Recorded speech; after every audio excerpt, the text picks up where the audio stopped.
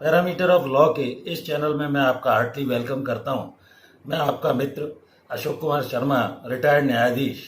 इस चैनल के माध्यम से विभिन्न कानूनी मुद्दों को रोजाना स्पष्ट करने का प्रयास कर रहा हूं और वीडियोस अपलोड कर रहा हूं। आज का महत्वपूर्ण विषय है, कुछ लोग बोले कि साहब फॉरेस्ट से संबंधित कोई अधिनियम आप बताइए। आज मैं आपको one of the most important act, forest conservation act 1980 के बारे में संक्षेप में बताने जा रहा हूं। मित्रों, इंफॉर्मेशन इसमें देने के पहले मेरा आपसे अनुरोध है, वीडियो को शुरू से अंत तक देखें, जिससे सारी जानकारी आपकी समझ में आ जाए। यह कॉम्पिटिटिव एग्जाम देने वाले पीएससी के, यूपीएससी के तथा अन्य बच्चे जो भी लीगल फ्रेटर्निटी से जुड़े, सभी के लिए अत्यंत महत्वपूर्ण अधिनियम है। डिफॉरेस्टेशन ना हो, उसको रोका जाए, उस पर नकेल कसी जाए, फॉरेस्ट का कंजर्वेशन कैसे हो, संरक्षण कैसे हो, इस संबंध में इस अधिनियम में 1980 के में कई बार अमेंडमेंट हुए। सन 82 में हुआ, 1988 में हुआ, 1992 में हुआ। इसका जो एक्सटेंशन है, it extend to the whole of India, ये पूरे भारतवर्ष पे लागू होता है। फर्दर डिफॉरेस्टेशन ना हो, वनों के कटाव को रोका जाए, इसका प्रमुख ये उद्देश्य है इस अधिनियम का। और एनफोर्समेंट में ये 15 अक्टूबर 1980 को यह अधिनियम आया, प्रभावशील हुआ। इसकी नीड यही है कि forest or natural produces, renewal इसके रिसोर्सेज बने रहें।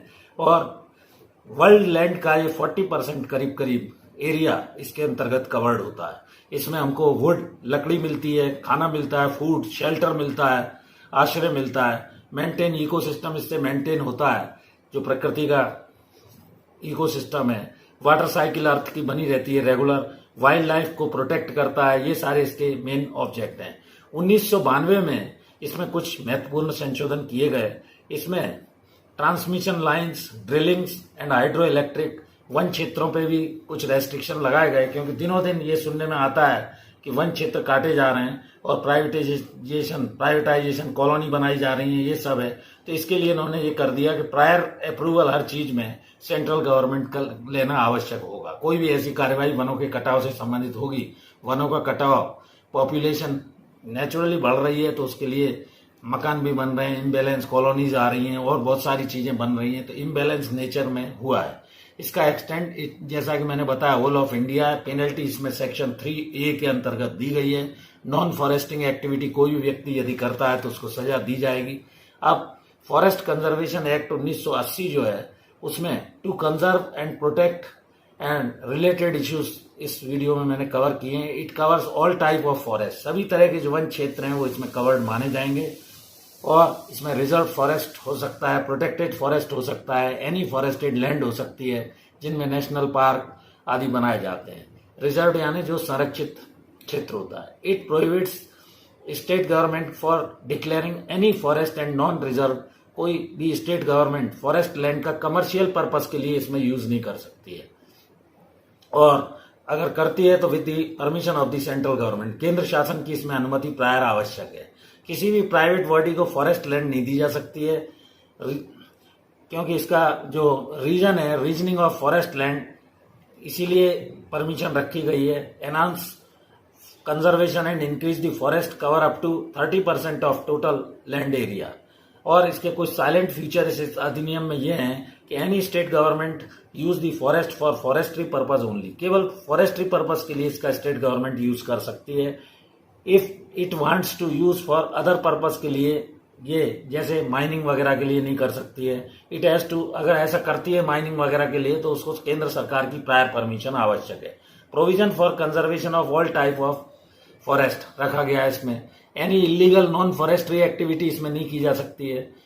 और जल्दी से जल्दी ये सब उल्टा सीधा जो आजकल वनों की कटाई हो रही है, इसको रोका जाए, इसका मेन पर्पज यही है। और इम्प्रिजनमेंट अप टू इसमें 15 डेज तक की सजा दी गई है। अमेंडमेंट जैसा कि मैंने अभी आपको बताया कि इसमें महत्वपूर्ण जो संशोधन हुए हैं वो वर्ष 82, 88 और 92 में किए गए हैं।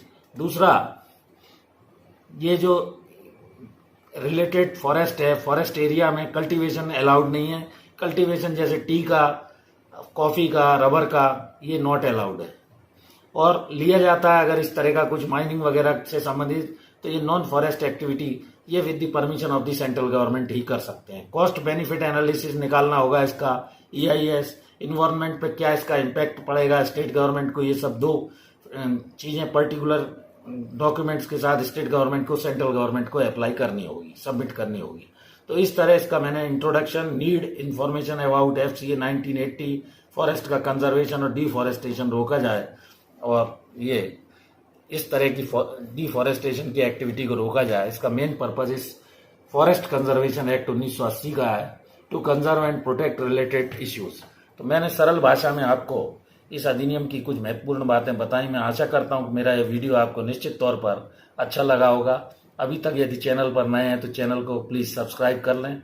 यदि वीडियो अच्छा लगा हो तो उसे लाइक शेयर करें, सभी को भेजें, अपने मित्र परिचित दोस्तों को, और इस चैनल पर इसी प्रकार का स्नेह बनाए रखें। मैं आपका आभारी हूं, और इस वीडियो में यहीं तक। कल फिर मिलते हैं नए वीडियो के साथ। Thank you for watching this video. नमस्कार।